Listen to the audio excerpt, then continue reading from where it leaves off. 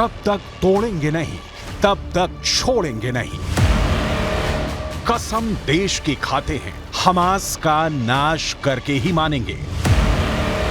Gaza पट्टी में दिया जलाने वाला नहीं बचेगा। दिवाली के पहले गाजा का नाश निश्चित। 41 किलोमीटर में 41,000 बम बरसाएगा इजराइल।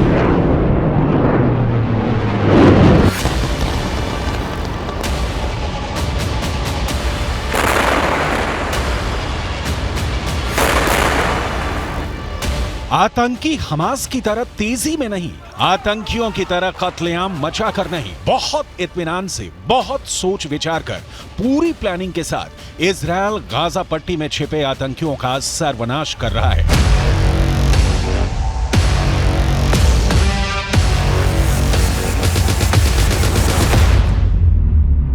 इस सर्वनाश की स्क्रिप्ट इजराइल के 5 टॉप लीडर्स ने लिखी है।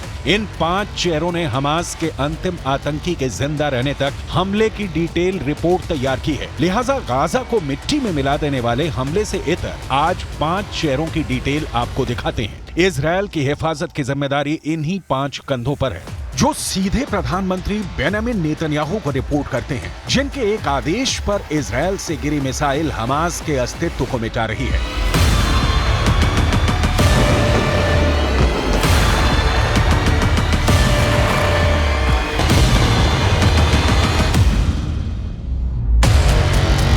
पहला नाम है इजराइल के रक्षा मंत्री योव गैलेंट का। दूसरा नाम है इजराइल के डिफेंस फोर्सेस के chief of staff lieutenant general Herzi Halevi का। तीसरा नाम है इजराइल के खुफिया एजेंसी के डायरेक्टर डेविड बार्निया का। चौथा नाम है इजराइल के एयरफोर्स के चीफ तोमर बार का।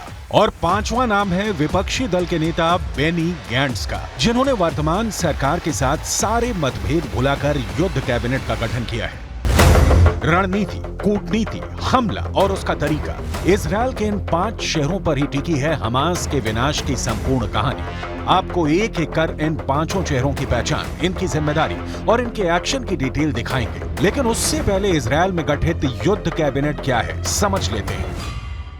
मुसीबत में इजराइल के लोग और इजराइल की सियासत बिल्कुल एकजुट है। युद्ध कैबिनेट इसकी मिसाल है। दरअसल विपक्षी नेता ने नेतन्याहू सरकार से सारे अपने मतभेद भुला दिए हैं, ताकि हमास के खिलाफ युद्ध में सियासत कोई खलल पैदा न करे।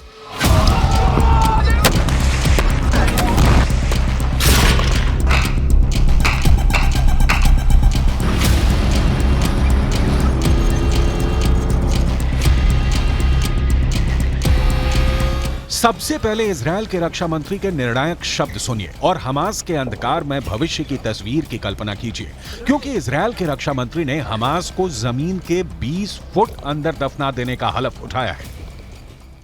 אנחנו נשנה את פני המציאות ברצועת עזה 50 שנה קדימה. מה שהיה הוא לא מה שיהיה.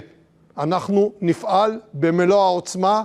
אני מבקש מאזרחי ישראל להתאזר בסבלנות, לגבות את צה"ל ואת כוחות הביטחון. योव गैलेंट पिछले साल यानी 2022 से इजराइल के रक्षा मंत्री हैं। इससे पहले योव गैलेंट आर्मी में इजराइल के दक्षिणी कमांड के हेड थे। आर्मी बैकग्राउंड होने के कारण योव गैलेंट का काम और आसान हो जाता है। हमास के आतंकियों की टेक्निक और उनके हमले की क्षमता से इजराइल के रक्षा मंत्री परिचित हैं। इसलिए इनकी रणनीति जमीन पर कारगर दिख रही है। इजराइल के रक्षा मंत्री के साथ कंधे से कंधा मिलाकर काम करने वाले हैं इजराइल का इस वक्त दूसरा सबसे अहम चेहरा, आर्मी चीफ का। Herzi Halevi Israel defence force यानी IDF के चीफ हैं। हालेवी इसी साल जनवरी में आर्मी चीफ बने हैं। इससे पहले हालेवी भी रक्षा मंत्री की तरह इजराइल के दक्षिणी कमांड के इंटेलिजेंस चीफ थे। על המתקפה המתועבת הזו החליט יחיא סינואר, הריבון ברצועת עזה, ולכן הוא וכל המערכת שתחתיו הם בני מוות. אנחנו נתקוף אותם, אנחנו נפרק אותם, נפרק את המערכת שלהם. योव गैलेंट हर्जी हालेवी के साथ हमास के खात्मे की स्क्रिप्ट जिसने तैयार की है, उसका नाम है डेविड बार्निया। डेविड बार्निया ने 2021 में यानी 2 साल पहले दुनिया की सबसे तेज तर्रार खुफिया एजेंसियों में नंबर 2 मोसाद के डायरेक्टर का पद संभाला था। डेविड बार्निया की तो पढ़ाई लिखाई ही मिलिट्री स्कूल में हुई है और इसके बाद डेविड बार्निया ने मिलिट्री में नौकरी भी की है। यो गैलेंट, हर्जी हालेवी और डेविड बार्निया, इन तीनों के अलावा और 2 चेहरे हैं जिन्होंने युद्ध में इजरायल की बागडोर संभाल रखी है। लेकिन इन 2 चेहरों की जिम्मेदारी और एक्शन की डिटेल आगे दिखाएंगे। उसके पहले इजरायल ने हमास के द एंड की जो प्लानिंग की है उसे समझना बहुत जरूरी है। असल में अब तक गाजा पट्टी पर हमले के लिए इजरायल अपनी मिसाइलों का इस्तेमाल कर रहा है। इजरायल की एयरफोर्स अपनी तकनीक और हमले के लिए स्ट्रेटजी के लिए जाना जाता है। लेकिन अब इजरायल का फैसला दिख रहा है कि वो अब गाजा पर सिर्फ आसमानी हमले नहीं बल्कि हमास के खिलाफ जमीनी हमले की तैयारी शुरू कर दी है। इजरायली सेना के मुताबिक गाजा में हमले के लिए उसने अपने हजारों सैनिकों को तैयार कर दिया है। ग्राफिक्स के जरिए समझिए कि इजरायल ने किस तरह के अटैक का प्लान तैयार किया है। इजरायल में ये वो इलाका है जिसे इजरायल ने मिलिट्री जोन घोषित कर दिया है और इस इलाके को खाली करा लिया गया है। यानी इस जोन में अब किसी इजरायली नागरिक को रुकने की इजाजत नहीं है। उन्हें बसों में भरकर सुरक्षित जगहों पर पहुंचाया गया है और अब यहाँ सिर्फ और सिर्फ सेना के जवान मौजूद हैं और उनके साथ उनके मिलिट्री इक्विपमेंट्स हैं, हैवी मिलिट्री इक्विपमेंट्स। इजरायल की सेना ने अपने 10,000 से ज्यादा सैनिक बॉर्डर पर तैनात कर दिए हैं जो गाजा में जमीनी हमले करने के लिए सरकार के फैसले का इंतजार कर रहे हैं और सरकार का फैसला आते ही हमास के लड़ाकों पर टूट पड़ेंगे। इजरायल के बॉर्डर पर जो जवान तैनात हैं, उनकी संख्या की पूरी डिटेल इजरायल ने जारी नहीं की है, लेकिन हमास ने जिस तरह से जल, थल और नभ से एक साथ हमला किया है, उसे देखते हुए इजरायल भी हर दिशा से हमला करने की तैयारी में है। गाजा की वो पहले ही नाकेबंदी कर चुका है। अब समझने की कोशिश करते हैं कि इस वक्त इजरायल की सेना किस तरीके से काम कर रही है। तो सबसे पहले ये जानना जरूरी है कि इजरायल में फ्रंट लाइन पर जो खड़े होते हैं वो इजरायली आर्मी यानी आईडीएफ के जवान। इनके पीछे होती है रिजर्व फोर्स जो बॉर्डर के जवानों को कवर फायर देती है। इन दोनों के पीछे होते हैं अगर जरूरत पड़े तब पैरामिलिट्री के जवान और उसके बाद आती है इजरायल की तेज तर्रार पुलिस और इन सबको जानकारी पहुंचाने का काम करती है मोसाद। अब की बार जिसके फेल होने पर युद्ध शुरू हो गया है। आपको आगे दिखाएंगे कि इजरायल की कुल मिलिट्री ताकत कितनी है, लेकिन उसके पहले वो 2 नाम जिन्होंने इजरायल की सुरक्षा की शपथ ली है।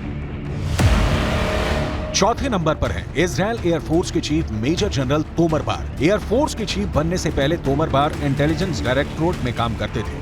इजरायल एयरफोर्स के चीफ मेजर जनरल तोमर बार ने ही सबसे पहले हमास के खिलाफ मिसाइलें मारने का ऑर्डर पास किया। तोमर बार को इस बात का दुख है कि उनकी सेना को रिस्पॉन्स करने में देर लगी, लेकिन अब तोमर बार के एक्शन बता रहे हैं कि वो कितने क्रोध में हैं।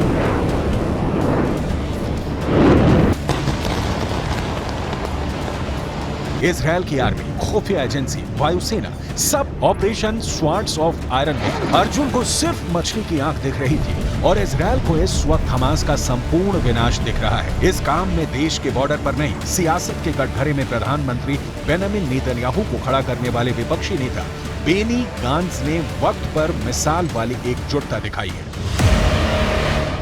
बेनी गांट्ज पहले इजरायल के रक्षा मंत्री रह चुके हैं। बेनी गांट्ज इजरायल के डिफेंस फोर्स के चीफ ऑफ स्टाफ भी रह चुके हैं।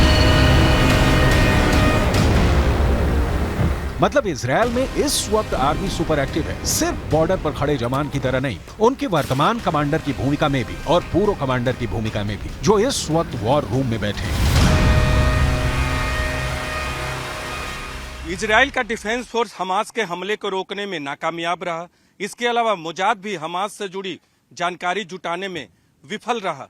यही नहीं, एयरफोर्स भी हमास के हमले को नहीं रोक पाया। लेकिन अब इन 3 प्रमुख एजेंसियों के प्रमुख वॉर रूम में गाजा पट्टी पर बम बरसाने की रणनीति बनाने में जुटे हुए हैं और लगातार गाजा पट्टी पर बम बरसाया जा रहा है।